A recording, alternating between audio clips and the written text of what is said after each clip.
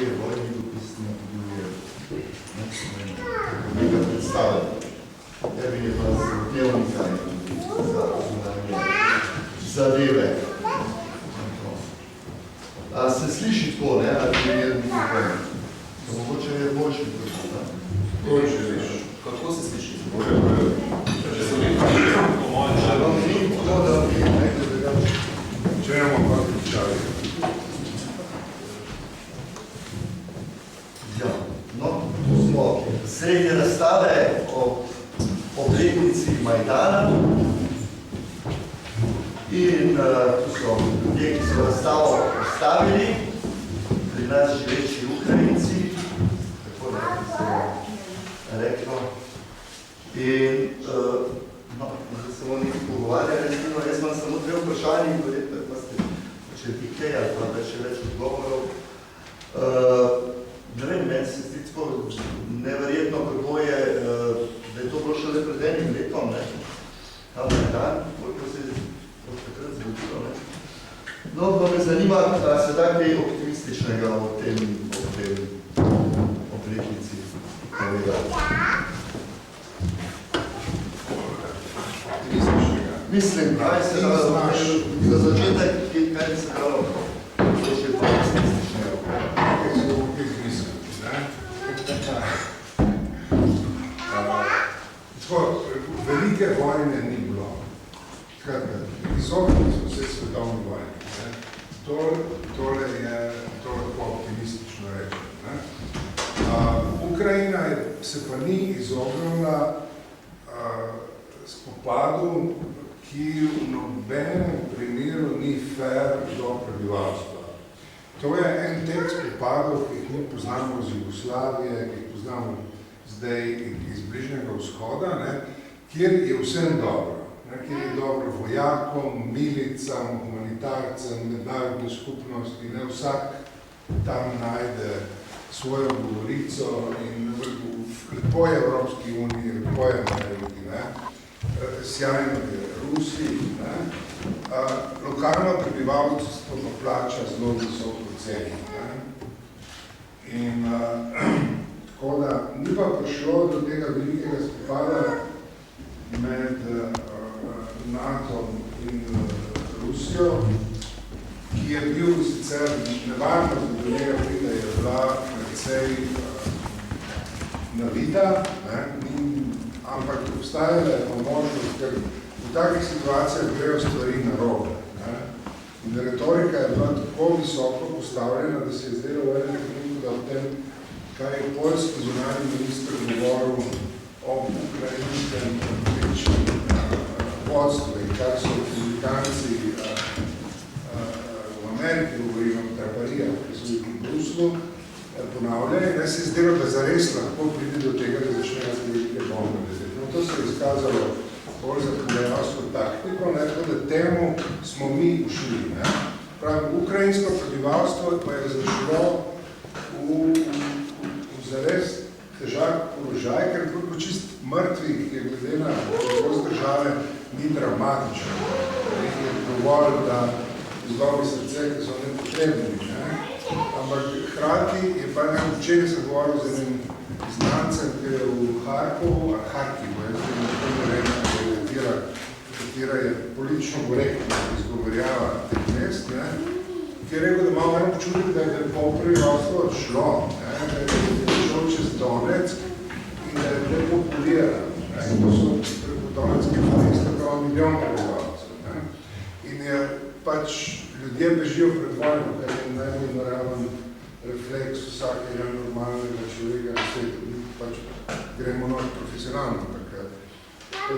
Te jaz najdem, ampak edina točka optimizma, ki jo najdem, je ta, da ni prišlo do tega velikega konflikta, da so se odločili, da je hladna vojna dovolj.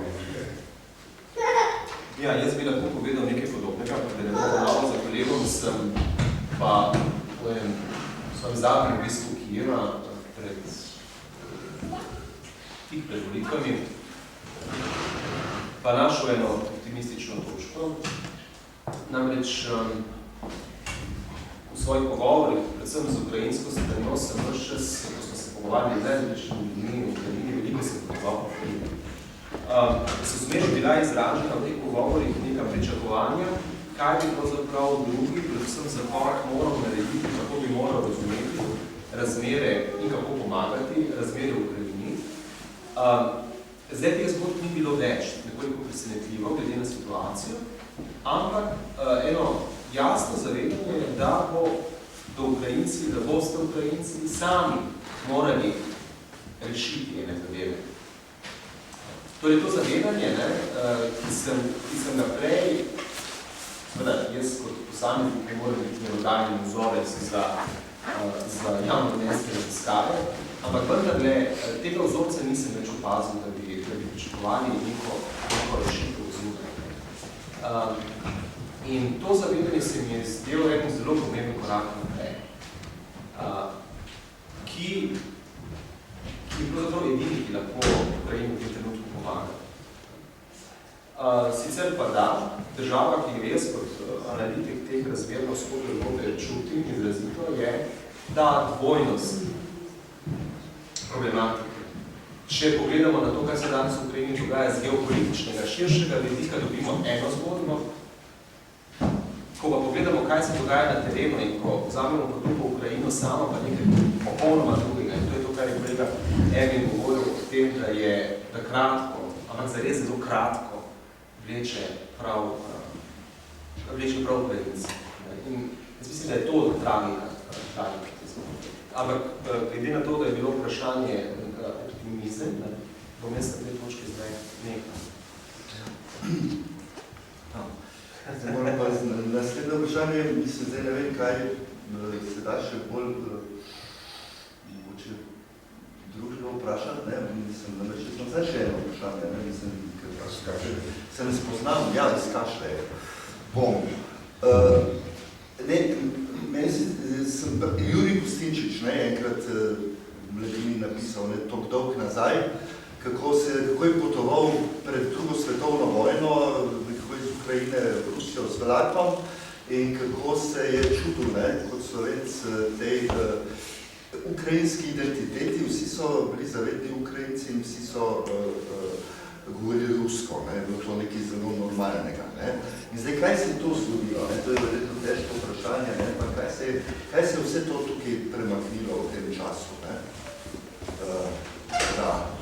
Zdaj je prišlo do ene take situacije, ne, kaj jaz vidim, da je tukaj, jaz kot en konzument teh poročil sem pač enkrat opazil to, kar me presenetil, ne, ta ideja, da je pač ukrajinščina edini uradni jezik po celi državi, ne, in to ni šlo, ne, s to zgodbo, ne, o tem, da identiteta ni bila tako zelo na jezik vezana, ampak očitno sem se nekje zmotil, ne, zato sprašujem. Ne, jaz razumem državo, glede na to, da mislim, da je tukaj veliko Ukrajincev, ko ste lahko veseljem poslušal demanti, tega, kaj bom jaz zdaj povedal, ampak jaz mislim, da preprosto mi razumemo povezavo med jezikom in med nacionalno pripadnostjo nekoliko drugače kot vzhod Ukrajine. Zahodna Ukrajina ima ta centralna evropski vzorec, ki povezuje jezik, nacijo in nacionalno državo, medtem ko vzhod tega ni imel. In če uveljavljamo model ta srednji evropski, seveda pridemo do spoznanja, da zavedni Ukrajinec mora govoriti ukrajinsko. Ampak lep del Ukrajine tega modela ni posvojil in iz tega pravzaprav izhaja zdaj tudi konflikt. Ne. Na začetku, ko se je vse skupaj začelo, so želeli to predstaviti kot medetnični konflikt. Ampak jaz tega nikoli nisem razumel na tak način, zato ker ravno zaradi tega, ker sem jaz na vzhodu Ukrajine srečal ljudi, ki so se deklarirali za Ukrajince in niso imeli posebnih težav s tem, ampak so govorili in uporabljali ruščino in celo niso znali Ukrajince. Skratka, na njihovo zavest nacionalno uporaba jezika ni vplivala.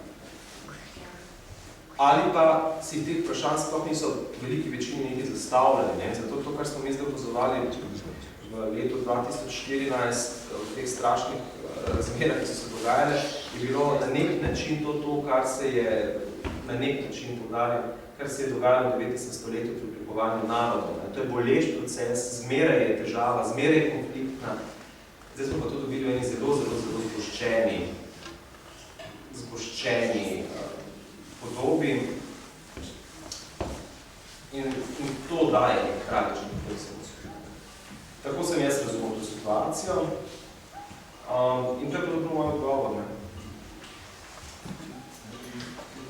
Še jaz, ko je odlekt na veselje, jaz bi nadaljeval s tem. Namreč to je bilo zelo politično. Majdan je bil festival optimizma. Zdaj je tako, te slike so seveda zelo dramatične. Ampak to so delali fotografi Reutersa pa Sočevica, ki imajo način fotografiranja demonstracij. In to, kar je tle gor, je vse res, seveda. Ampak ni pa gor vse, kar je res. Jaz sem prišel na Majdan, mislim, da je bil 23. da se je začel izgledati. Par dni zatem sem se znajdel. Pa sem srečil v Hazira rekel, da fotograf od Reuterja razbito glavo, prišel z Bagdada. In je skratka, podoba iz medijev je bila Berkut na eni strani, ta divjaški desni blok na drugi. Larry Fire. Berkut je parkrat prišel na Majdan, to je res. In so bili pač brutalni, zoprni policaji iz province. Pač te radikalni desničari, ki so se hodili tepiti, so tudi bili tam. Ampak to sta bili dve manjšini, v resnici policaja ni bilo tako zelo veliko. Recimo, niso bili ves čas tam, ta radikalna desnica pa tudi ni ves čas strašila teh govorov, ki so hoteli pretepeti. Večina ljudi, to je bilo fascinantno, to so bili 100,000 ljudi, so tam v glavnem stali in se pogovarjali. In zdaj, če jaz sem stopil vmes, jaz sem govoril slovensko, on smo bili po ukrajinsko, rusko, karkoli nekaj smo našli, gledajte hitro skupen jezik, kdor je znal angleško, francosko, vse mogoče jezike, sem jih tam vrtel, zato da bi razumel. In je bilo interesantno, kaj je bilo na Majdanu. Tako, zgledalo je, Ukrajinci proti Rusom, Berkut, so pač, nekje tam iz Donetska, Ne, na Majdanu so bili, kot za skupine, ki sem jih jaz videl, ki so me fascinirane, so bili mladi ljudje, ki so delali v nekih softverskih kompanijah, so pisali programe in so prišli v črnih oblekcah, z belimi sračkami, med malcem na Majdanu, slava Ukrajini. Bili so učitelji, ki so se pritoževali, da te se ne da živeti v Ukrajini, zato, ker morajo oni, kot učitelji, plačevati ravnatelju. Zato, da ravnatelj plačuje nekomu nad njim. Zato, da sploh oni lahko imajo službo in ta denar pol nekaj pride v vrh države, nekaj zgine.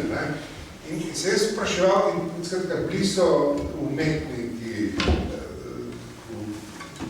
vse vrste ljudi, delavci iz periferije tam so prihajali in zelo veliko je bilo tega, čemu bi človek rekel, nek približen srednji razred. In te ljudje, ko gre demonstracija, pa se lepo oblečejo. Pazijo, da ne bojo delili sramote svoje ideje. In jaz sem tam pač vprašal, kaj bi vi radi tle zdaj, kdo ste. In to, kar je bilo jasno, je, da jezen, vsaj na Majdanu, med ljudmi, potem so bili še druge sfere, ni bila nacionalna, skratka ni mi smo Ukrajinci žrtve, vemo tem Rusom ukazati. Bila je socialna, bilo je veliko razočaranje, predvsem zaradi visoke stopnje korupcije. Zdaj sem prvič mislim, da slišal izraz kleptokracija. Zato so rekli, mi imamo vlade, mi imamo tatove, ki imajo oblikovano pač oblast. In to, kar je bilo sporočilo, je bilo, kaj hočete, kaj je bilo precej konfuzno. So rekli, hočemo družbo, v kateri bo vsaj približno vladala pošteno. Skratka, se rekel, mi imamo zdaj 3 generacije oblastnikov, ki so izropali državo in pustili za sabo zelo malo. To, kar je ostalo, je treba ohraniti, in neki razvojni potenciali tudi so še. Ta moment upora je bil socialen in političen. Ob tem, to je bilo v temi množicami. Podobne metode, postavljeni tam nasproti doma sindikata tega reporterja, tam so bili politiki. In tam je bila pač slika od Timošenkove. In njena stranka, bolj si imel svobodo, imel si Kličkova, in v domu sindikatov zadnjih je bil pač nekako organizacijsko jedro, tam si lahko srečate politike. In meni nekako ni bilo jasno, in se je zdelo, da oder, na katerem so nastopili en politik za drugi. In pač non-stop razlagali in govorili, in vsak je začel s tem, Slava v Ukrajini, gerojem slava in tako naprej. Ta štorija je ista, nekaj slišiš v Republiki Srpski, v Splitu, med nometnimi tekmami, v Ljubljani, kadar ima pač ustrezne politične sile. Skaj ista štorija, pač ne. In spor vpraševal politike, če mi lahko razložijo, kaj oni delajo na odru in zakaj so tam. In pa sem našel Lesijo Orobec, ki je bila parlamentarka, da sem Kličkova vprašal, pa nisem razumel, on je bil tako zelo pozitivna figura, bil tam, ker je njemu šlo do tega, da stvari ne eskalirajo. Vsi videl pač bokserja, ki razume strategijo obrambe in se je bal, popolnoma paničen, da bo prišlo zares do velikega pokola in je miril ljudi na neverjetno inteligenten način, tako brez strahu do pristopil te s telesom, je rekel, tako nekaj, ne se pustiti manipulirati, to je bilo njegovo sporočilo. Pa sem Lesijo Orobec vprašal, kakšna je dinamika tam, zakaj gre. In ona je rekla tako, mi smo politiki, Klemenč pač. To, kar je bilo pred Janukovičem. In te ljudje spodnji se pravijo nas, zato ker ne vidijo velike razlike med Julijo Timošenkom in Janukovičem. Učinek je bil isti od njega oblasti, popolna korupcija. Imaš svobodo, ki so nacionalisti in je veliko ljudi tukaj, ki jim nacionalizem ne gre. In po vrsti so pač bile vse Kličko s svojimi idejami. In se rekel, in kaj delate na odru? Se rekel, se tudi morali biti pobarno. Rekla, ja, ti ljudje nas sovražijo. Upravičeno. Smo bili na oblasti in smo počelo posteljali do tega, da se tudi uprejo. In zdaj mi na odru rehabilitiramo opozicijske politične stranke in iščemo spodobnost. In meni se je takrat se zdelo, da je na delu en zanimiv političen proces. Prišlo je do nekega dialoga med politiko in množico, ki je potem pač policija poskušala razbiti. Ampak tam, kar sem razumel, pri zelo različnih teh mozaikov prisotnih, je bilo to ta želja zares, kot tako prav iskrena želja po prenovi. Bilo je jasno, da ta sistem, kjer imaš oligarhe, ki nadzorujejo vso ekonomsko moč države in morajo biti v tesnem partnerskem odnosu s politiko, ki uporablja ekonomijo kot način privatnega bogatenja. In imaš potem ljudi, ki so odvisni od politike in od oligarhov, zato da je po zimi ogrevanje dostopno vsem in da mestni promet deluje. Hkrati pa pravim, ta slika v nekem momentu je varljiva. To je bil Majdan.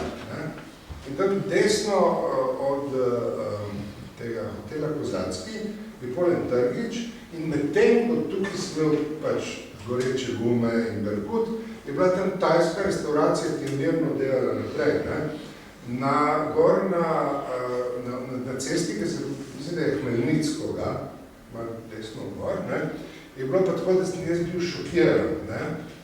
Tle je bila revolucija. Na Hmelnickoga na desni je bila ena trgovina, ki so bili v izložbi Aston Martin, Rolls-Royce in Bentley. Mislim, tako od oka je bilo tam 750 000 evrov v izložbi. Zraven je bila pa ena italijanska restauracija odprta v novem shopping centru, obe so bili polne. Skratka, mesto je ob tem delovalo. Je bila ta, delovale so zelo različni segmenti družbe, so bili kot življenje. Hkrati je pa vse to bilo, ni bilo jasno, kam se bodo stvari obrnili, vsi so bili previdni. In mladi ljudje, o katerih se govorijo, Eva Ščeparova je diplomirala ekonomijo, njeni kolegi so razlagali, da je to hud problem, da če Ukrajina je ekonomsko odvisna od Rusije, hkrati pa je to, da je ekonomsko odvisna od Rusije, pomeni, da se ne more razvijati. In da je to paradoks, ki ga je treba razrešiti, zato da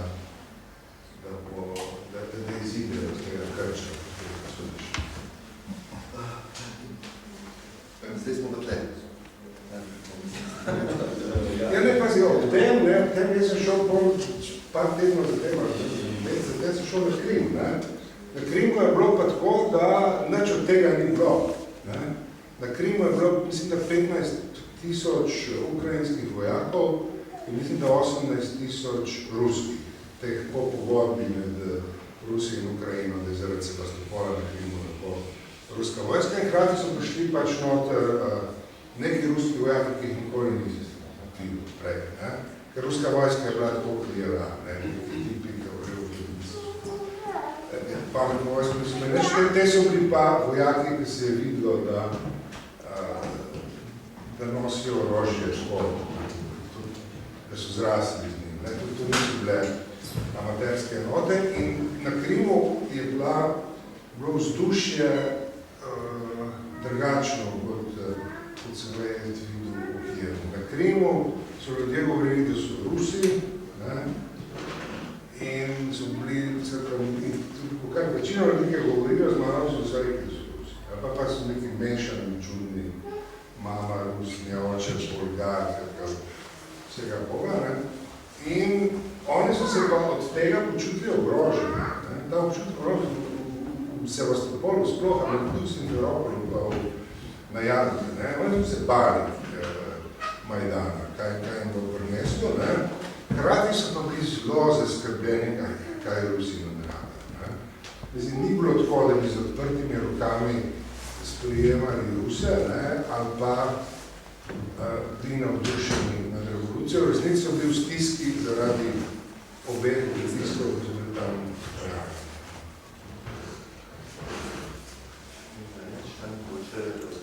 Še kdo iz občinstva kaj reče ob vsem te? Lahko. Torej, jaz sem Andrija Kevka, verjetno tudi vi, malo poznate, to bom ustavil, da me slišite. Torej, jaz zelo cenim vas, gospode, pozdravljeni, torej, cenim vaše delo, torej, berem vas od mladine naprej. Torej, jaz sem Ukrajinač, ki živi 40 let v Sloveniji in ki se je rodil v Bosni. Torej, da se razumemo, torej, jaz sem tle rastel v nekdanji Jugoslaviji, ampak sem po srcu Ukrajinec. In vaše vprašanje in vaše ugotovitve, ko ste vi zdaj povedali, torej, jaz bi, če dovolite, imam malo drugačno mnenje, kot imate vi. Torej, vi ste optimisti, jaz pa nažalost ne morem biti optimist. Nažalost, glede na to, kako spremljam to situacijo, torej, poudarjam, nisem iz Ukrajine, nisem iz Rusije, ampak spremljam vsak dan, vsaj 5-6 ur delam na tem, berem. Tudi vaš članek sem prebral tudi, ko ste napisali včeraj, ne, danes. Tako da, tako. Torej, kot vam povem, tretja vojna se je že začela.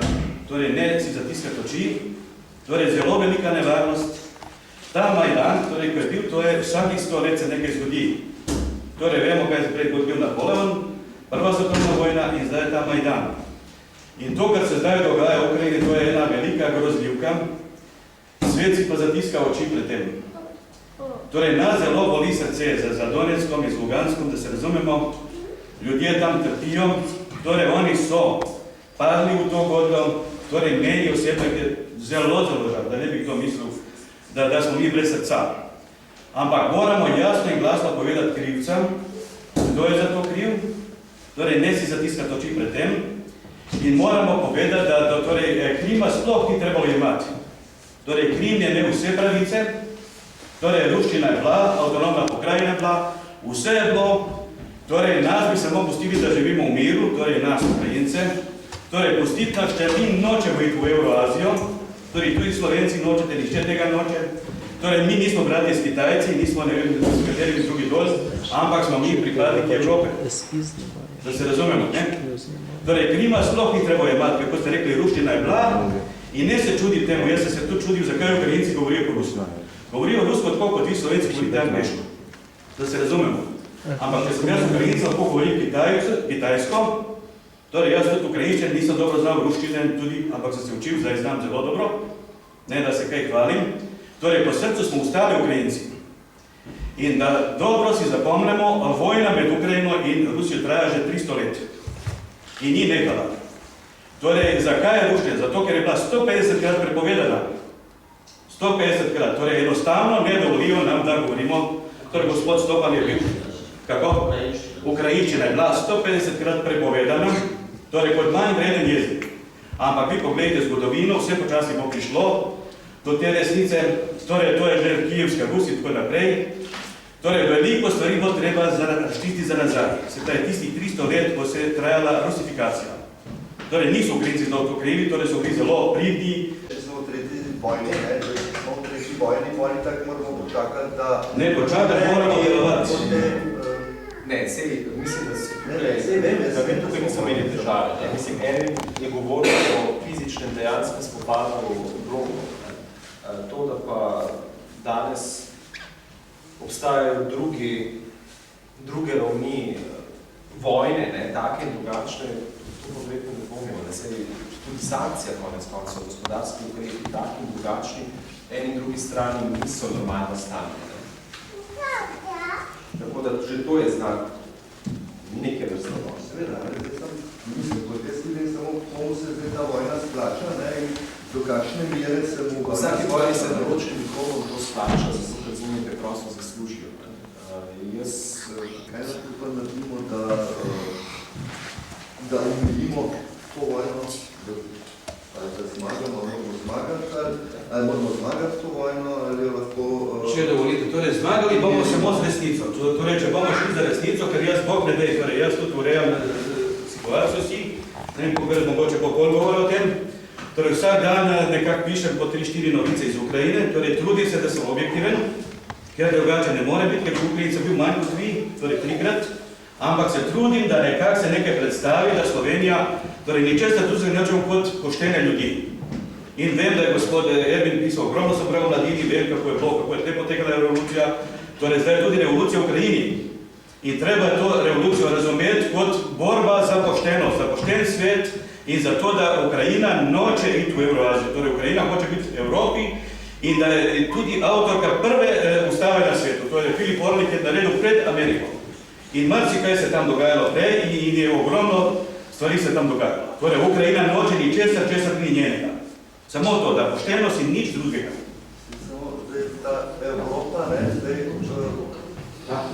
mislim, Evropa ima tudi zelo velik napak šizofrenosti, ne, recimo, mi smo tudi verjeli, da bo Evropa, ne, marsikaj rešila in tudi kaj je rešila, ne, ampak nisem prepričan, da je pa sama Evropa rešitev, ne, mislim, da je rešitev vsaka država v svoji suverenosti in zdaj tukaj, ne vem, zdaj, koliko je pa ta, ne, koliko je pa zdaj, da je to pot v suverenost. Ja, hvala vam lepa, torej, če spet se lahko, če ne govorim preveč, torej, mi smo kolegi Evropi in Sloveniji, da podpirajo Ukrajino. Torej, ničesar tudi, vsak itak se mora osvoboditi sam. tako kot bi se Slovenija zgodila kdorkoli. Torej, vsak narod si piče zgodovino sam, kot je rekel Cankar. Tako tudi Ukrajina piše. In bo napisala in prepričala se v to, da bo zmagala in da bo enkrat res poštena in dobra država. Da se razumemo. Ja, jaz bi tle bil predpiden, sicer Evropa ni zelo zanesljiv za desni. Mislim, tako je, če bi človek zbiral, reš imel Evropo, Rusijo za desnika, bi se po glavi vraskal. Namreč, Rusija razumeti ni težko, kaj je njihov interes. Oni so imeli ekonomsko kontrolo nad tem donetskim bazenom, to je bila pač hrbtenica ekonomije, so delali vse iljuščini, boste otroka nekotle, to turbino vse mogoče so tam. Tam je neka jeklarna 100 km dolga, se gre vsi nekaj svoj brak, je to, da so rekli eno samo besedo. In, tako to zgleda, 100 km jeklarna, en človek. In zdaj, problem je, da so ob propadu Sovjetske zveze, se je to vsezno pad ljudi, polastilo, bogatstvo in nesmočno. Kako jaz razumem, pomim tega, da je treba sovražiti Rusije med rad Ukrajinci. Ni težko, Ukrajinci so Ukrajinci. Rusi pa pravzaprav. Ampak problem je pa v tem, da imaš razne oligarhov, ki imajo veliko denarja, ta denar pa ni košer, ni halal, zaprtam. Zato, da ga prestrukturirajo v spodobna sredstva, rabijo Evropsko unijo ali pa Rusijo. Oni so bili pripravljeni z enimi ali drugimi poslovati, če bi lahko svoje bogatstvo naredili respektabilno, tako da bi lahko z njim operirali na borzah brez nevarnosti, da bi to podajali. To je bila ena politična sila, ki je potrovala temu, da so se stvari spremenile, ampak da so dolgo časa niso v Ukrajini. Drugo je bil politični aspekt. Zdaj pa vi meni povedete, kjer se jaz težko znajo. Jaz sem političen dobinek. Recimo, Porošenko pa njegova stranka, so mi zdijo nekako, ok, diskurs je racionalno. Bolj kot premijero. Svoboda tam je problem, to niso ljudje, ki so vajeni se pogovarjati, ko so politična sila zelo odločna. In mogoče, pol je pa tako, jaz sem nekaj rezultate volitev v Zaporožju je zmagal Janukovič. Zdaj, če so bile volitve, oziroma zdaj se drugače priče do opozicijski blokar, kaj ne?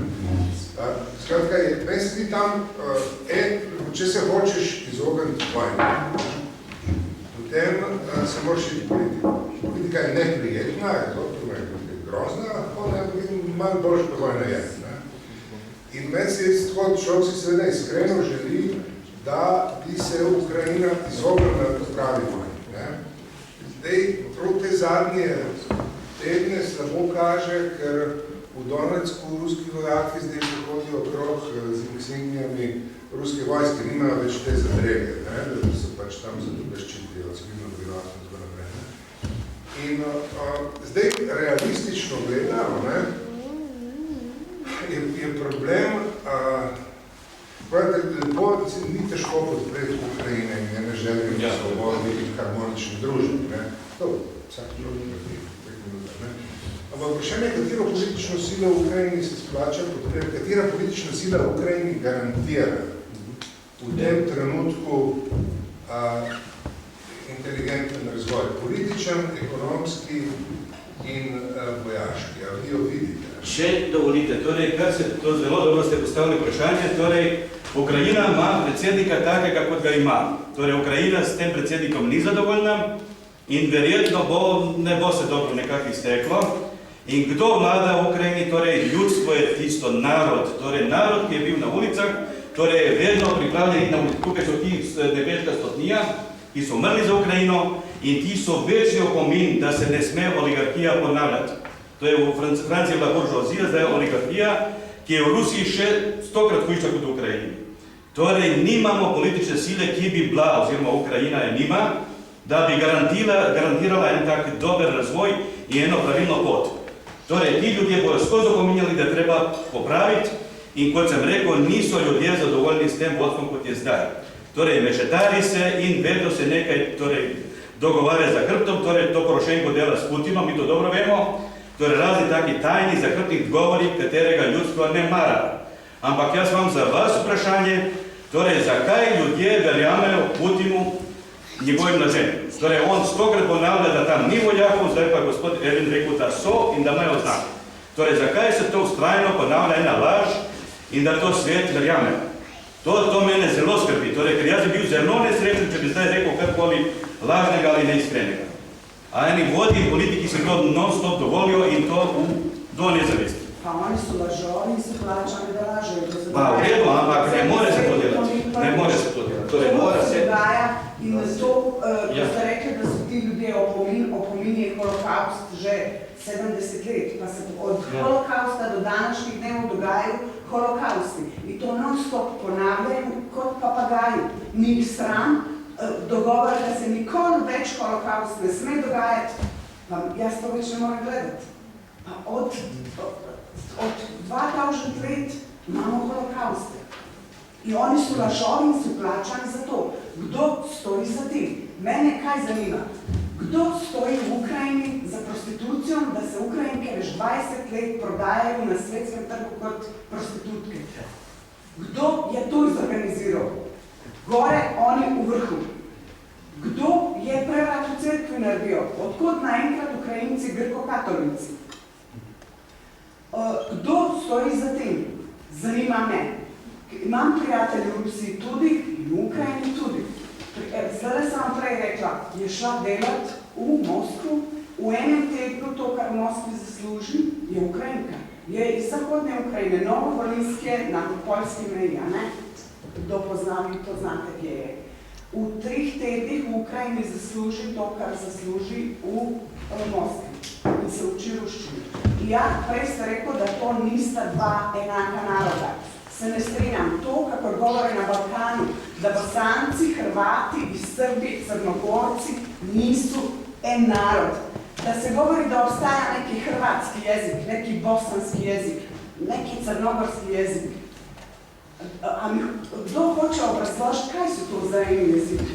Kateri so zdaj se naenkrat je rato bosanski jezik, pa črnogorski jezik. Tako je sigurno tudi rato hrvaški jezik, samo nismo bili priče, ko je Hrvaška nastajala in nastajajo hrvaški jezik.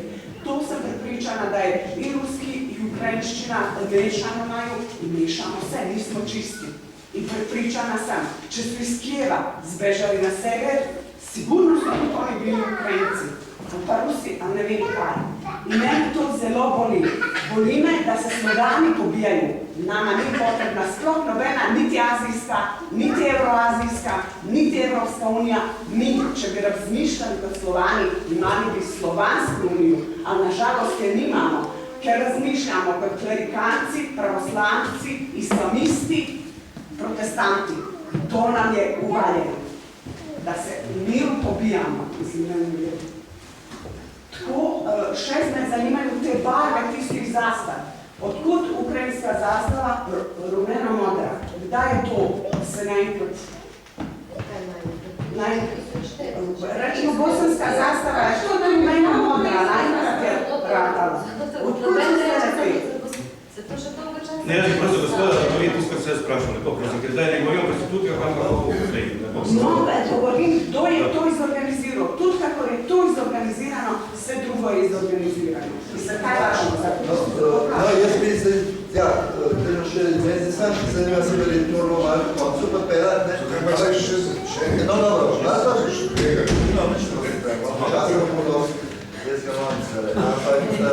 Ne, prej sem hotel to reči, ko ste rekli, ne, se stoji za njim Putin, ne, oziroma se tajno pogovarja se Putinom. To je tipično za Evropo, da se tajno, mislim, hočem reči, da jaz vidim, ko ste rekli, kdo verjame Putinu, ne, pač mu verjamemo, vsi isti problem imamo mi, ne, mislim, ne verjamemo, mislim, Zahod, kdo ga verjame Zahodu, ne, mislim, zakaj, mislim, mislim, ni tam problema v tem, da ljudje verjamejo. Putin, vsem mogoče to ne verjamejo.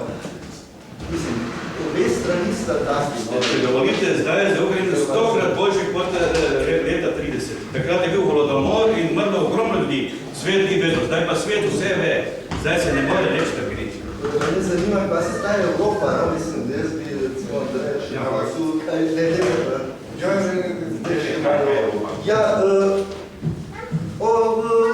mislim, a je pot Ukrajine, mislim, je to sploh možno, da Ukrajina postane v celoti del Evropske unije? Ja, v celoti ne vem, ne. Zdaj v celoti, v smislu, vprašanje, kaj se bo zavajalo v vzhodu Ukrajine, in vprašanje, kakšna bo dolgoročna usoda Krima, to lahko se bo naše gibanje so potem zmeraj v skladu z našimi željami. Ne vem, ne. Jaz osebno sem kritik evropske tako imenovane vzhodne politike. Zato, ker se mi zdi preveč nejasna in neiskrena v tem, ker preprosto ne ve, kam je. Za moj okus se mi zdi, da bi tako imenovano vzhodno partnerstvo moralo imeti konkreten cilj in potem dejansko povedati, kaj za partnerstvo želi. Jaz sem bil skeptičen in sem že zmeraj skeptičen tako imenovanih pridružitvenih sporazumov, zato ker se mi zdi, da je to ena zelo neobvezujoč dialog, ki lahko nekam pripelje, ampak lahko pa tudi nikamor. In ta perspektiva se mi zdi potrdna in nisem prepričan, da Evropska unija dejansko želi Ukrajino, konkretno Ukrajino, kot članico Evropske unije. Zdaj, po drugi strani pa priložnosti ni želeli, smo se vzroki, ko smo tudi videli pri evropskem dotiku Majdana, kako se Evropska unija odzvala in kako so šli, sicer ne takoj prvi ešalon, ampak malo odstavljeni ešalon politiku, kot je, ne vem, nekdanji nemški zunanji minister, tako je Tjana Okazila Eštonova in tako naprej. To je bila ena taka simbolna podpora te iskreni želji, ki smo dejansko videli, ker jaz dejansko ne verjamem, kot teorijo zarote, da je Majdan posledica podkupovanja ZDA. To ni moja teorija in jaz tega nikoli nisem mogel zagovarjati, zato ker toliko sem opazoval te spontane Majdane v Ukrajini in zmeraj so vzniknili takrat, ko je bilo vlažno. Takrat so šli ljudje, taki, ki so tudi posebno poznali in podobna zgodba je bila s temi protestnimi gibanji leta pred nedavno, skratka. Ne, govorim se, kot sem veš v Rusiji, te govorili biolenetičniki. Tudi tam zverjamem, da so bile skupine, ki so bile ali provokatorji, ali financiranje, ampak gibanje samo je bilo iskreno. In skratka, ampak veste, to, kaj vas predpostavlja, ko govorite o resnici in neresnici in zakaj mi tega ne razumemo. Točno. Jaz razumem revolt lepega dela slovenske javnosti tega vprašanja in navdušenje na rusko zgodbo v tem primeru. V prizmi slovenskega nezadovoljstva z našo politiko, z Evropsko unijo in z ameriško politiko. In ljudje, ki so notorično nezadovoljni s tem, iščejo drugi pol. Iščejo nekaj, kar je proti temu. Malo nesrečno seveda zbirajo polje. Če si antiimperialist, potem je zelo težko se vrniti Rusiji in simpatizirati za rusko politiko. Gospod Stopar, koliko Slovencev bi zdaj šlo iz Evropske unije? Ne upam se to reči. Ampak verjetno, ne, iz Evropske unije je dvomim, da bi večina glasovala za izstop. Dvomim. Ampak kot kulturni prostor in kot del Evrope smo. Ampak se razmišljajo tako nacionalno, da bi rekli, zdaj mi s tem in s tem nismo zadovoljni, mi smo zadovoljni z diktatom, recimo Brusa in mi ne moremo nač, čeprav dejansko moja mnenja Slovenije ne zna nač v tem pogledu, ne da je Brusa krivo. Ok, Brusa tu. Hočem reči, ljudje se emocionalno odločajo za nekaj, glede jaz nenehno imam nek feedback, se pogovarjam z ljudmi kot odziv na svoj del. In mene na nek način zelo zabava, Za mene za iste tekste ljudje obtožujejo, da sem proameriški in štejejo denar na mojem računu, ki ne bi ga jaz dobival, in drugi pa, da sem proruski. Veste, mene v tem pogledu, pa ne bi tožavljeni, mene se zelo ne zanima, zdaj prorusko ali proukrajinsko. Jaz bi rad zadeve razumel in analiziral.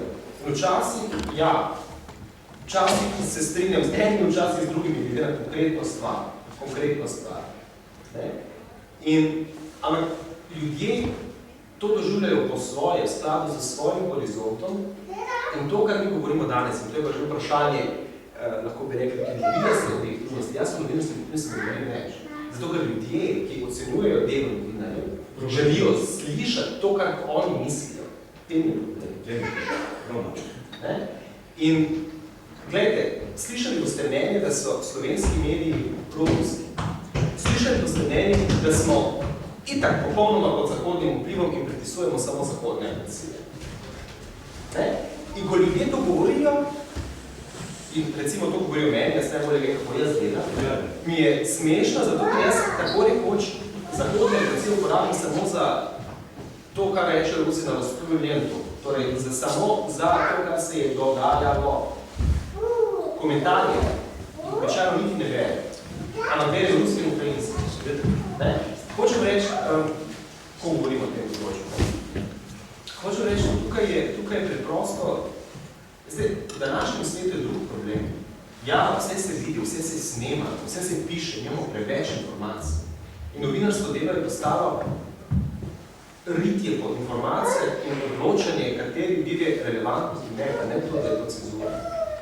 Ne gre za cenzuro, ampak gre prosto tega preveč.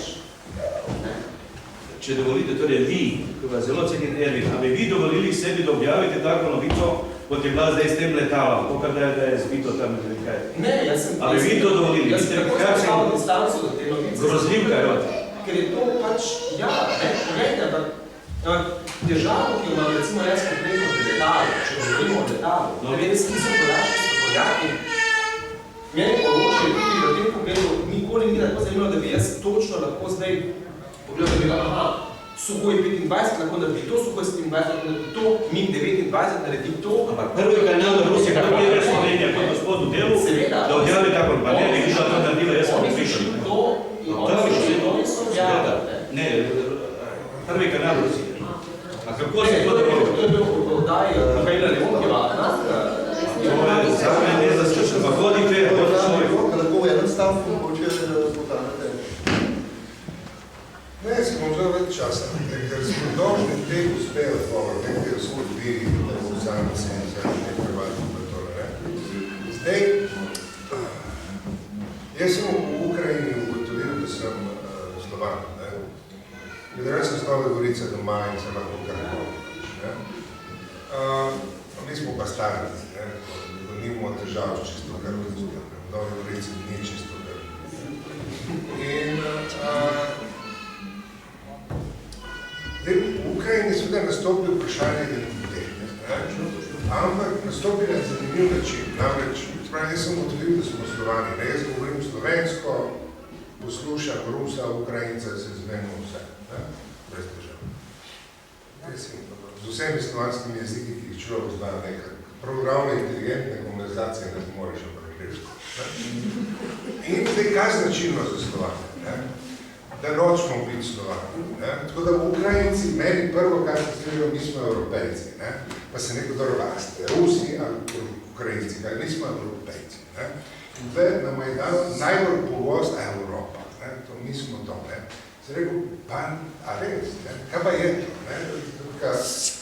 Nismo Rusi, smo Evropejci. Kot kompozitna identiteta v najboljši primer.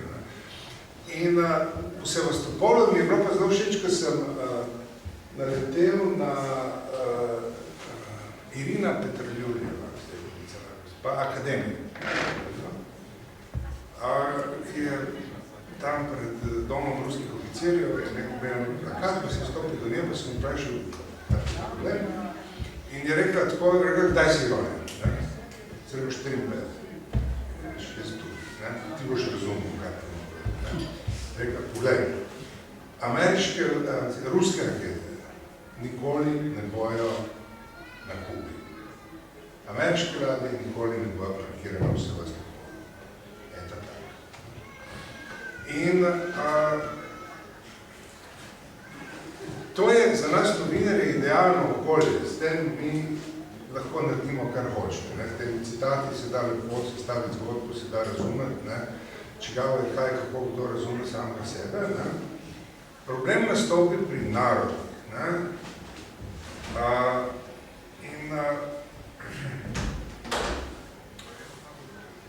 Vprašanje, ki sem ga jaz zastavljal, kaj ste vi, je v bistvu vprašanje, ki izhaja iz Slovencev, ki tudi niso Balkanci, niso Jugoslavci, Evropejci.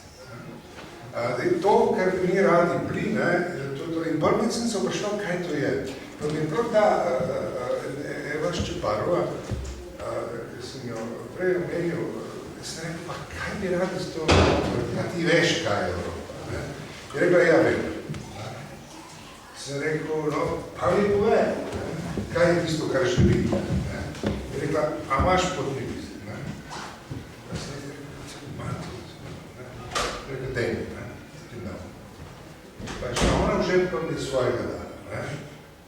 Pa je rekla, srečno pot. Sem rekel, ja, kam pa lahko grem s tem? Je rekla tako, lahko greš le dol naprej je nemška ambasada. Lahko se postaviš v vrsto, počakaš 3 leta, da prideš do okenca.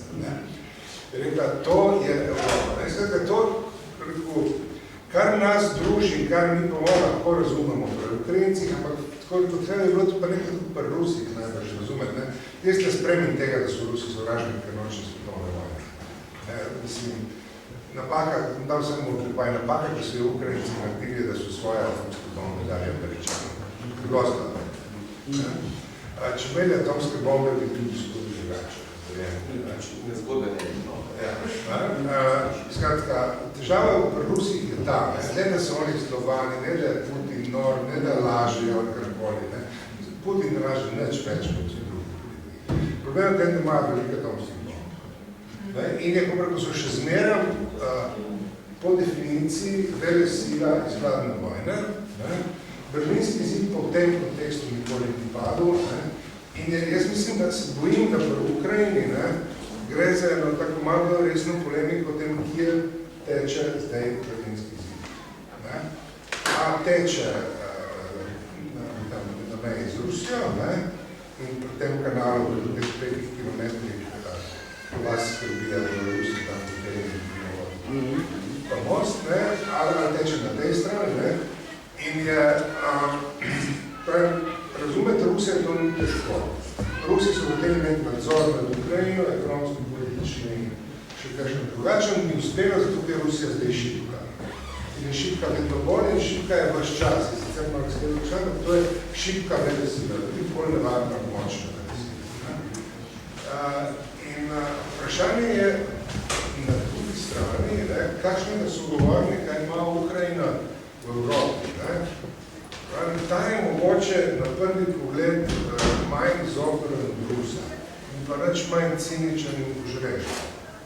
Verjemte, da tale evropski oligarhi, če imajo druga imena, nimajo nobenih težav s pogodbo z ukrajinskimi in ruskimi glede tega, kakšne so ekonomske parametre njihovega sodelovanja harmoničnem svetu.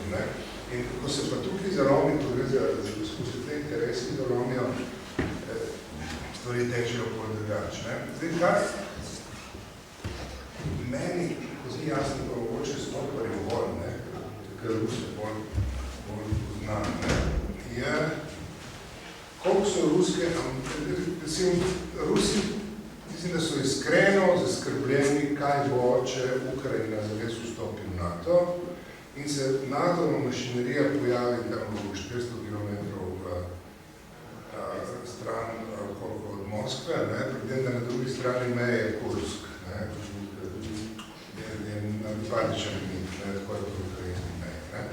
Ne vem, koliko je to njihova realnost, tako se obnašajo, kot da jim to zares ni všeč. In Ukrajina se je tle znajdla s to željo, jaz mislim, da bi postala del nekega drugega sveta, ne more pa se geografsko premakati, tako kot se nobena druga država ni mogla, ker mislila, da gre na zahod. Ne?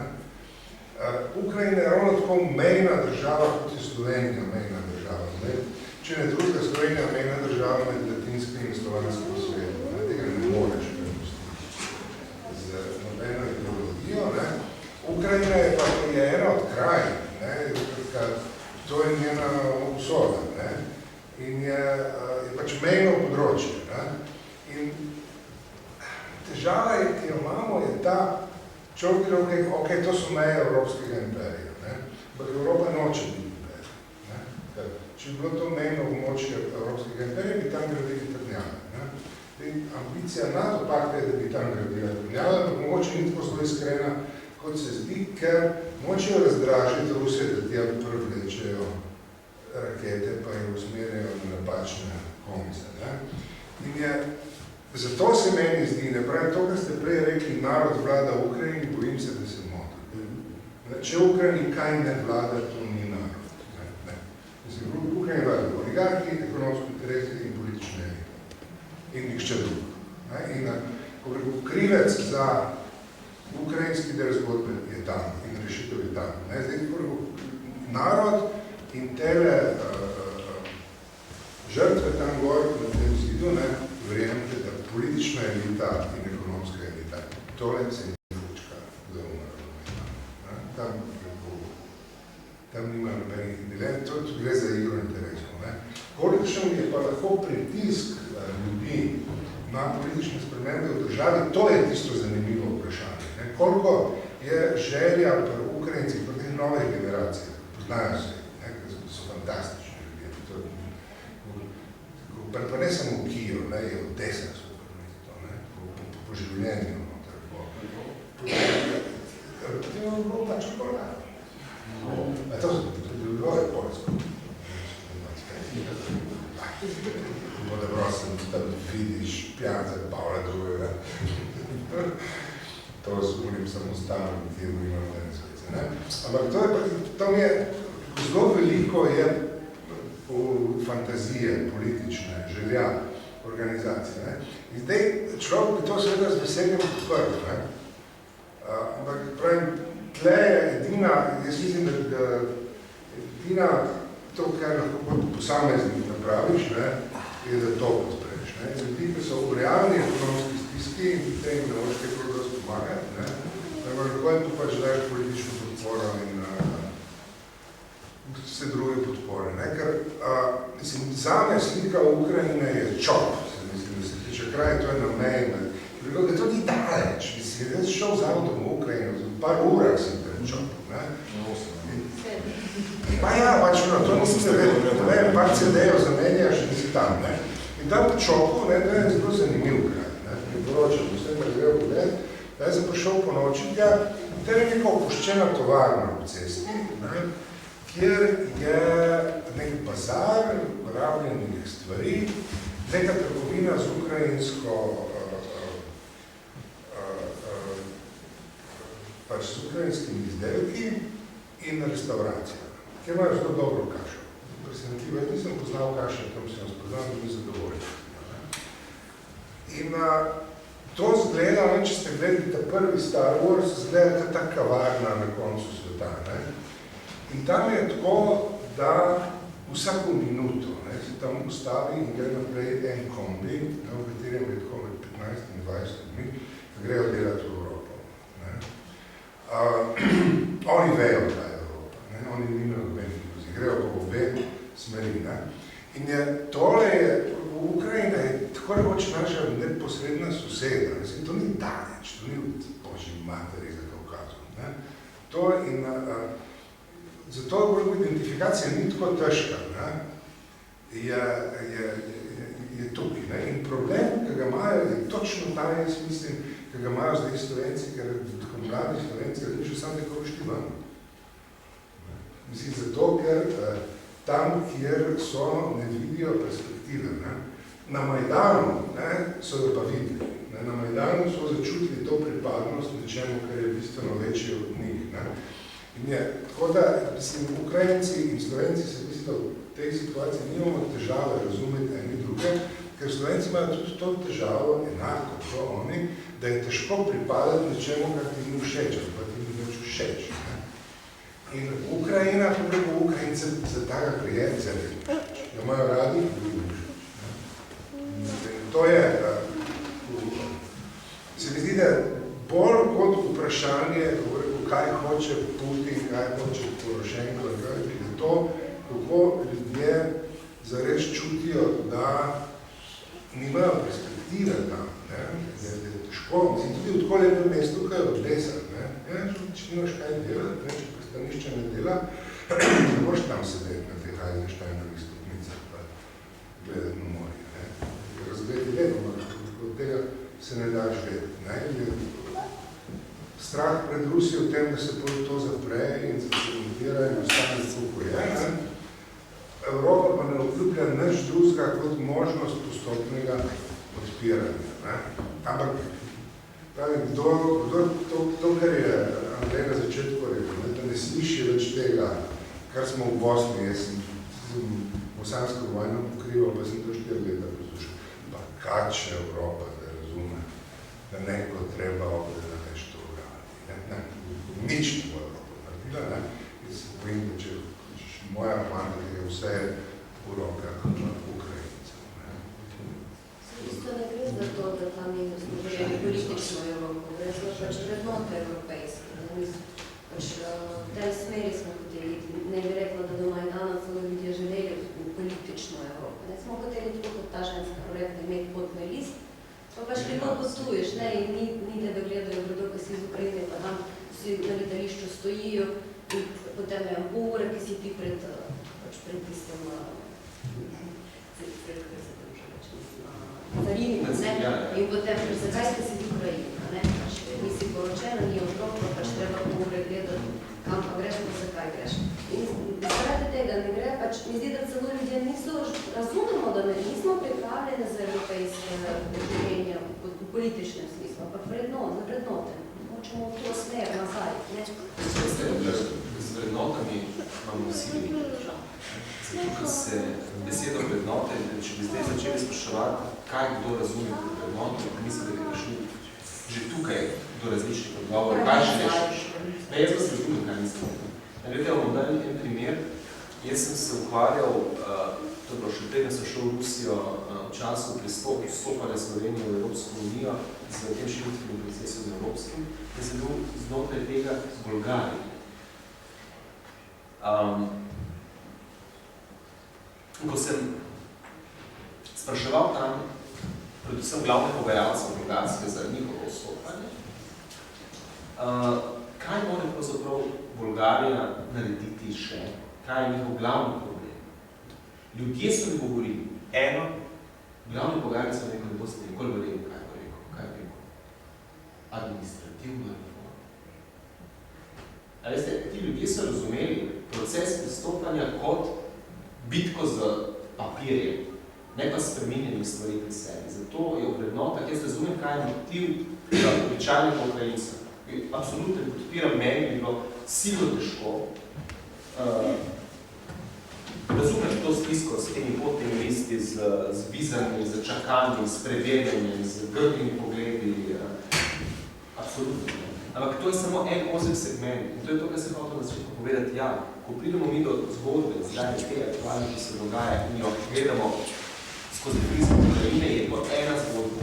Ko pa začnemo govoriti o geopolitiki, pa to druga zgodba, pa to, kar je Emin potem razlagal o želi Rusija zdaj in to do 100 km od Moskve, NATO-ve, rakete, čeprav jaz tukaj sem mogoče naivan, naravno so mi že učitelji, ampak jaz tudi ne verjamem iskreno željo NATO, da Ukrajina vstopi v NATO, zato ker pri NATO sedijo pametni, da bi to res problem za Rusijo, ampak tukaj so mnenja zelo različna. Jaz to iskreno dvomim.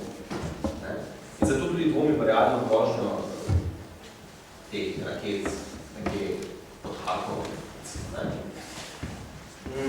Ampak o vrednotah pa lahko govorimo v nedogled. Pa vi ste hotel nekaj vprašati. Jaz bi postavil eno zelo čudno vprašanje, ko ste bili 8 let v Moskvi. In to zelo čudno vprašanje je, kdaj je narod Moskve sebe začel imenovati za Ruse? Kdaj? Torej vsi ti narodi tam naprej od Donetske gore in ne vem, celotna tam Rusija. Kdaj so oni začeli biti Rusi? Ker za Slovence vemo, veste, kdaj je pa to, ali pa Srber, torej kdaj so ti narodi Moskve naprej začeli govoriti, da so oni Rusi? Lepo prosim, samo to je ne bom več. Težava, ki jo imamo vsi, je, da zelo različno razumemo tako imenovano oblikovanje nacionalne zavesti v pomenu, ki ga razumemo danes. Slovenci mislimo, da vemo, kdaj smo bili prvič. Ampak narodi Moskve, kdaj? Čisti ne vem. 1721, do takrat niso bili nikdar Rusi. Če imate druge podatke, izvolite povete. Jaz sem javno rekel drugi, če imam kakoli naj... Ne, gledajte, ampak jaz razumem to navezavo na zgodovino. Če pojmo narodno, za identiteto. Ampak težava je v tem, da jaz sem, tako bom rekel, nisem merodajn v tem pogledu, ampak jaz sem bral samo enega teoretika nacionalizma ruskega, enega samega človeka, ki je povedal, da nacionalna identiteta ruska v srednjem veku ni bila ruska, ampak so bili pripadniki posameznih knjažestv, torej kneževin. In so svojo identiteto razvijali skladu z določenimi kneževinami, pa bodi se so to kneževine na ozemlju današnje Ukrajine ali pa severne. Vsi ostali, uradni historiografija, govori o Rusiji in razume, da so se vsi ljudje, ki so živeli na ozemlju stare Rusije, torej Rusi, razumeli sami sebe kot Ruse. Seveda, če se reče Kijev, imate vseh ruskih mest. Kje so ta mesta, ki so... Seveda, ampak gledajte, gospodin Gajser, a je Moskva imate pripada? To se jaz ne bom skušal, ker to današnjega situacije ne strinja. Jaz bi razjasnila nekaj v tem zgodovinskem smislu. Ukrajinci se počutimo oropani. Tako kot je rekel gospod, rusko-ukrajinska vojna traja 400 let. In to je res. Prvo so nam ukradli to ime. To je bila Kijevska Rus. Moskva je mlajša od Kijeva 660 let. Potem z jezikom, potem so imenovali Kijevsko Rus Malorosija.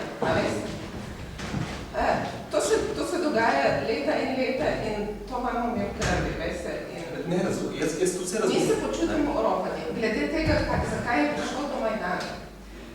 Ko je v Vilniusu lansko leto Janukovič ni podpisal te pogodbe z Evropsko unijo, narod se je zbal izigranega, ampak veste, mi smo imeli eno lepo pot, recimo, nekdo je imel vrednote, lepše življenje, služba, administracija, vsak je imel svoj pogled. Ampak ko ni podpisal, vsi spomino imamo mi Sovjetsko zvezo. Mi izhajamo iz Sovjetske zveze. In tako je tako kot gospod je rekel, eni potujejo, dobro, eni vejo, kaj je Evropa, hodijo. Drugi dobro vejo, kaj je Rusija, hodijo sem hodja. In nočemo mi več Sovjetske zveze.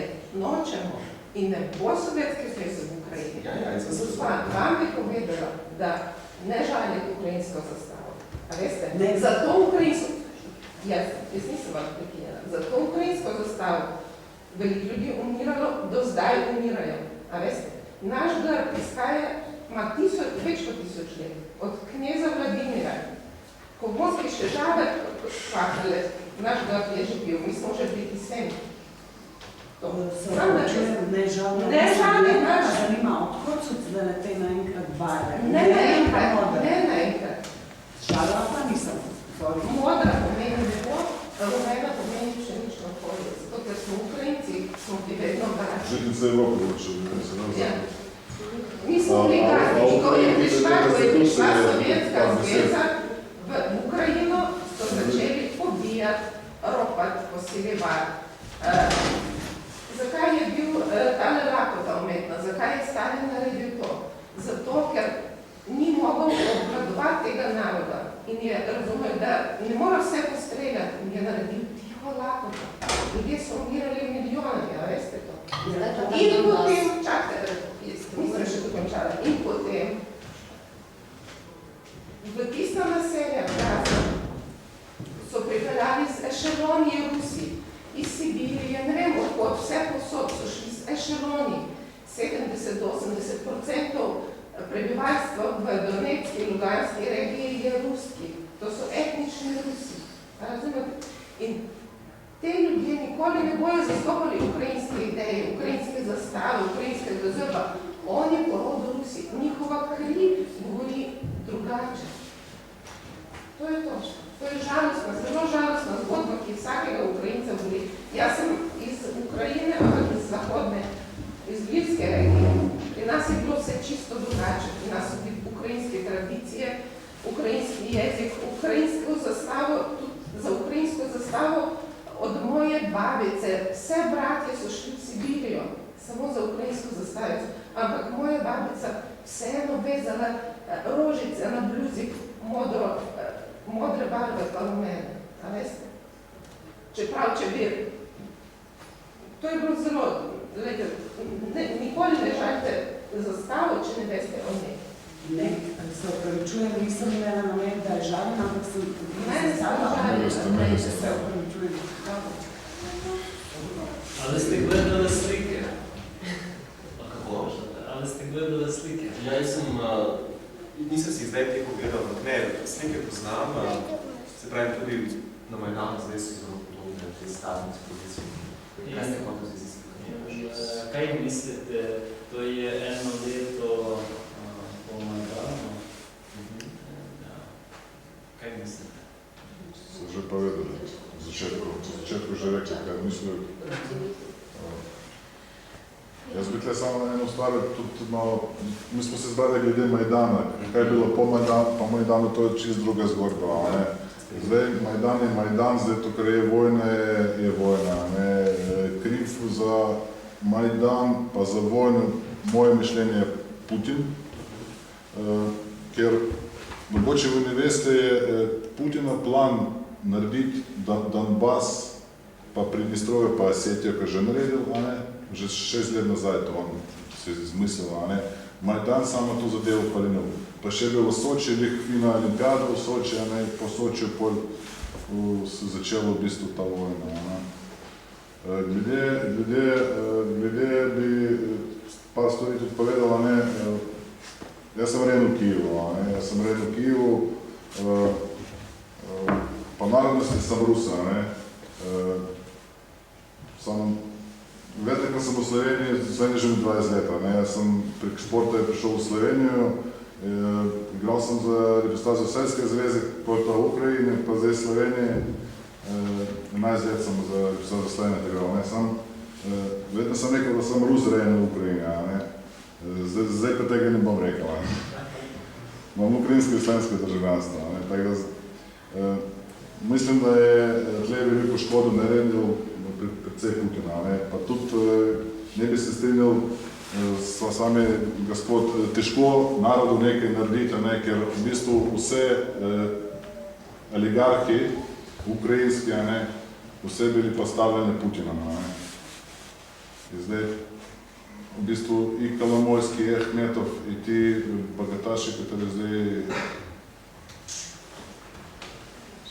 V kakšnem smislu mislite, da so bili postavljeni strani Putina? Ja, to, da je Putin dovolil, da v bistvu, da je Rusija dovolila, da to, kar Ahmetov dela na Donbasu, je... Ja, obstaja tudi teorija, da je Ahmetov sploh ni tako bogataš, da vse njegovo bogatstvo je to vse Putinovo. Glede, tukaj se zmeri potem pojavlja toliko teorij zarote. Glede, jaz osebno, mogoče se z mano boste strinjali, ne, ampak jaz predsednika Janukoviča, ki ga vsi, zlasti pa na Zahodu razumejo kot pro-ruskega politika, jaz ga nikoli nisem razumel kot pro-ruskega. Res je, da je on potem zbežal v Rusijo in se ja, okej, ne. Ampak, jaz mislim, da en podatek, ki ga nisem šel preverjati, ampak sem ga v Kijevu zvedel, sem se pogovarjal z eno politologinjo, Aljon Ljublančuk, povem kdo, in ona se mi vprašal, ne, koliko ima zdaj ona informacij, kako je zdaj v Donbasu in koliko ljudi dejansko podpira eno ali drugo stran tistih, ki so stali. Ne. In je rekla, da se ne morem povedati, zato ker od aprila ni bila tam in preprosto ni bilo možnosti narediti verodostojne sociološke raziskave. Ampak, ko so aprila to tam delali, je rekla, je bil sistem popolnoma po Gaussovi krivulji. 20% približno ljudi z izrazito pro-evropsko ali pa majdanovsko usmeritvijo. 20% ljudi na drugi strani, skratka, izrazito pro-ruska, mi nikamor drugam kot v Rusijo ali pa 60% ljudi pa je rekla, veste, to so pa ljudje, ki živijo svoje življenje in če jim bojo rekli danes v Ukrajini, pa v Ukrajini, ljudi v Rusiji in kjerkoli. In veste, to je en logičen prerez družbe, da si ga mi želimo ali si ga ne želimo, tako je.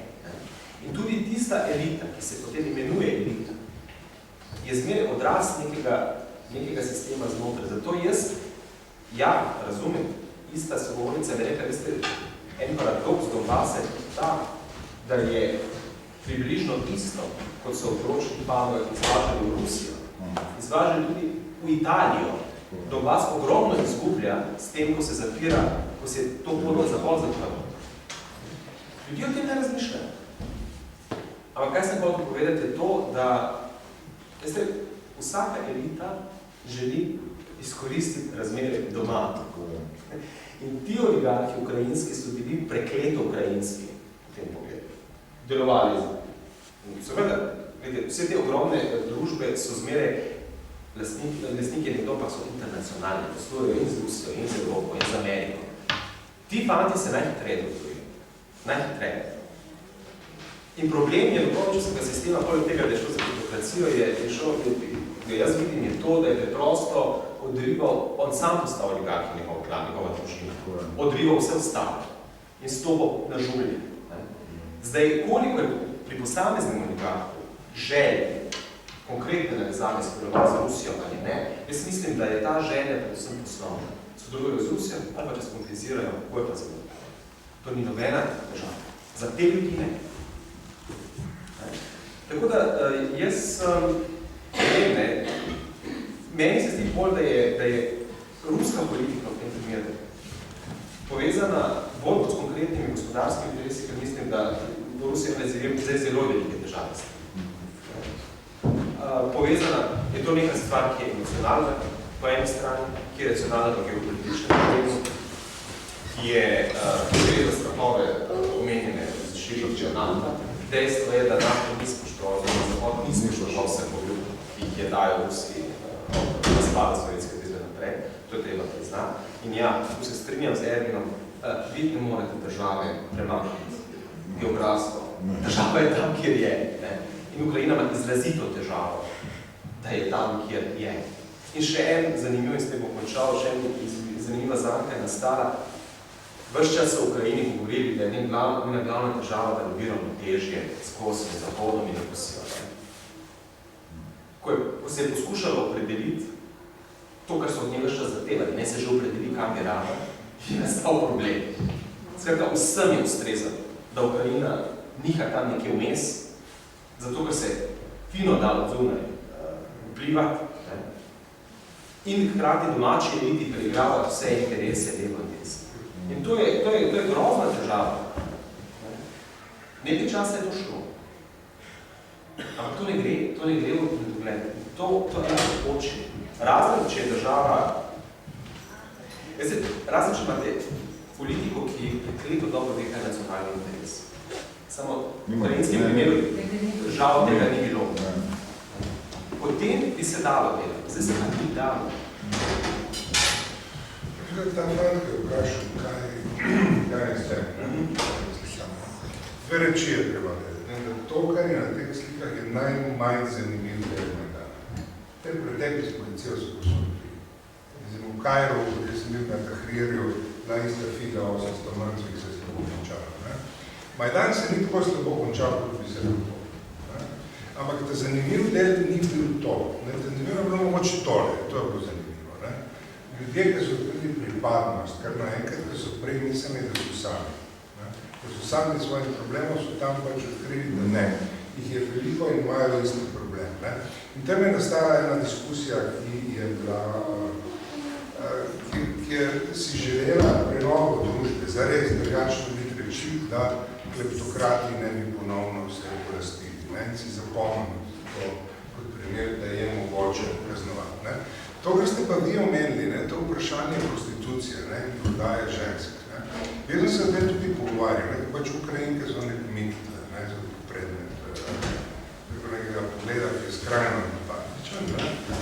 In bolj sem ugotovil prav z velikim zadoščenjem, pa ne v Kijevu, ampak v nekem od Boga pozabljenem mestu, da se reče Žitovlje. Tam se z nekom pogovarjal. To je mesto kot Ljubljana, kako od Boga pozabljenem. Ne, mislim, je veliko. Enovica Kijev, ja. Je majhna reč, verjamem, da temi velikimi metropolami Odeso in mislim od Užave.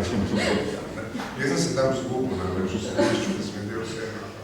Ampak potem se z nekom pogovarjal in tako, on je najprej bil zelo agresiven do mene v Sloveniji, to sem bil iste separatisti.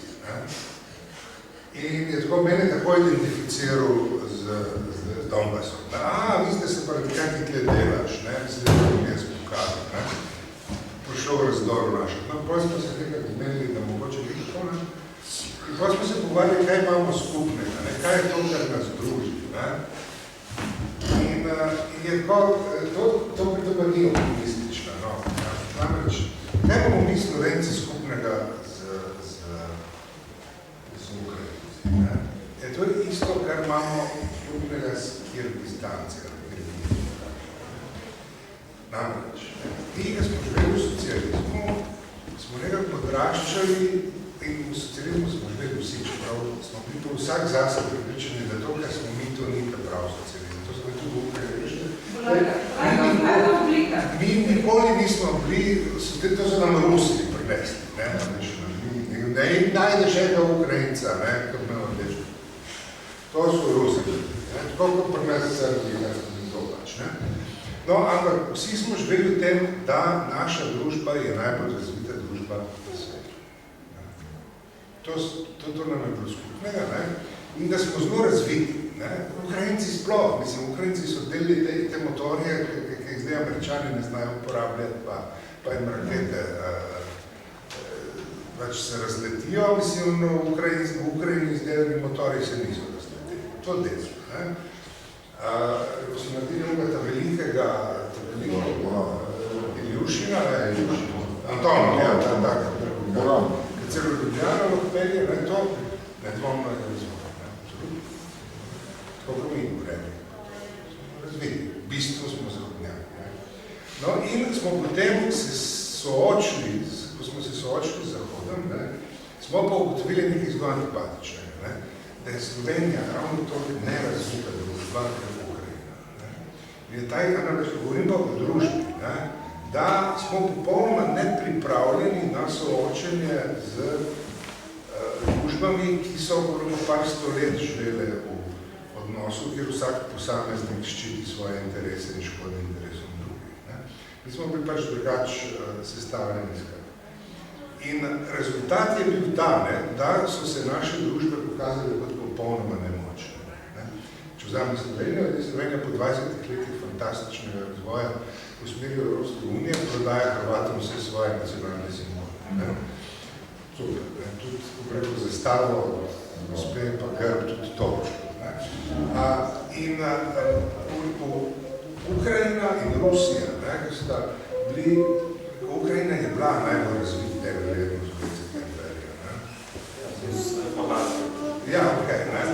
Namreč, da je potem edino izvozno blago, ki je bila sposobna producirati se ženske, in to ne samo prostitucija, to dosti bolj zanimivo je to, da če greste v Italijo, so Ukrajinke, ki delajo v Italiji, imajo tako po 40 let, 35 do 45 in so negovalke, medicinske sestre,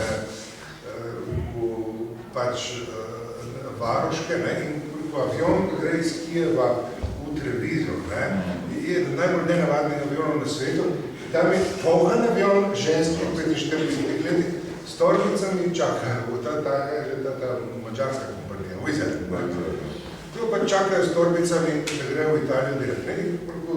Ampak to je dediščina socializma. Vsakmu, ki je nostalgičen do komunizma, jaz ga poslal na ta avion, pa ne se pogovarja s temi gospemi, ne, kaj so od teh 70 let fantastičnega razvoja dobili. To je edini način, da preživijo svoje družine, da cele družine preživijo. Od ene gospe, ki dela v Italiji. Ne.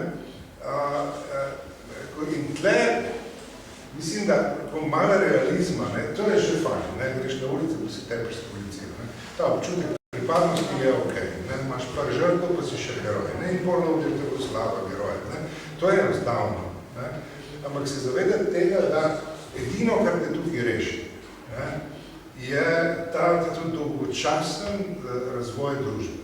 Ne. Ta ideja, da to skupnost, ne, to pripadno, da se ljudje tukaj občutki in tle je zelo enostavno, to občutki, ne, prenesejo v druge sfere, ne, da ti ni nerodno, ne, reči, jaz sem pa Slovenc ali pa Ukrajinec, ne, rečeš, da ni ti ne, ampak veš, da pripadaš nečemu nekому, ne. In jaz toliko na Majdanu sem ta občutek, ne, da tle ljudje razumejo, ne, da gre za to, da gre za ljubezen, ne. In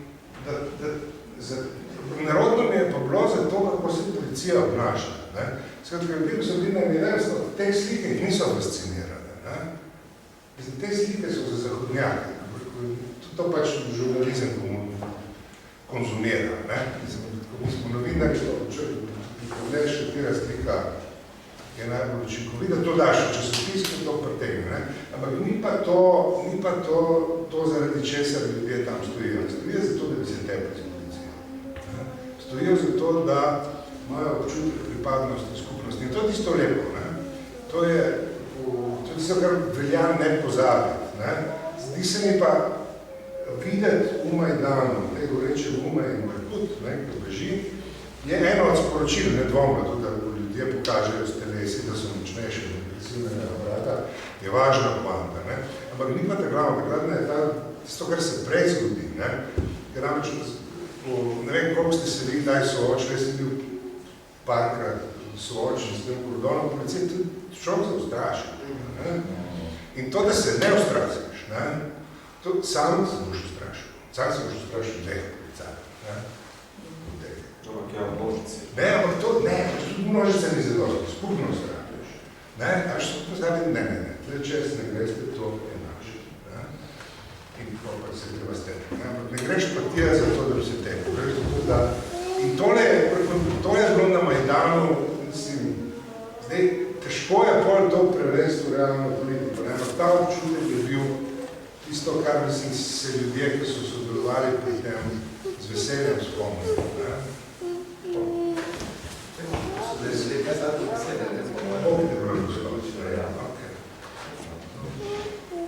Samo vmes, ker smo se zelo daleč v zgodovino vrnili, sem se spomnil, sem enkrat iskal, gospod Triglav izbira je najstarejši ta neka podoba, ne, Triglava kot tega božanstva je v Kijevu, ne, iz 11. stoletja. Ne. Pa da tudi mi iz tam očitno, nekore ni to vaše. Obstaja teorija, da Slovenci, zelo pradavni Slovenci, so pripotovali iz Ukrajinske, iz Zakarpatske regije. Zato, ker Ukrajina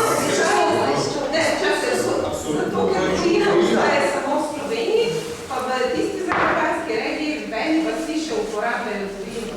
Je pa racija moja. Hvala lepa vsem, obema. Hvala lepa.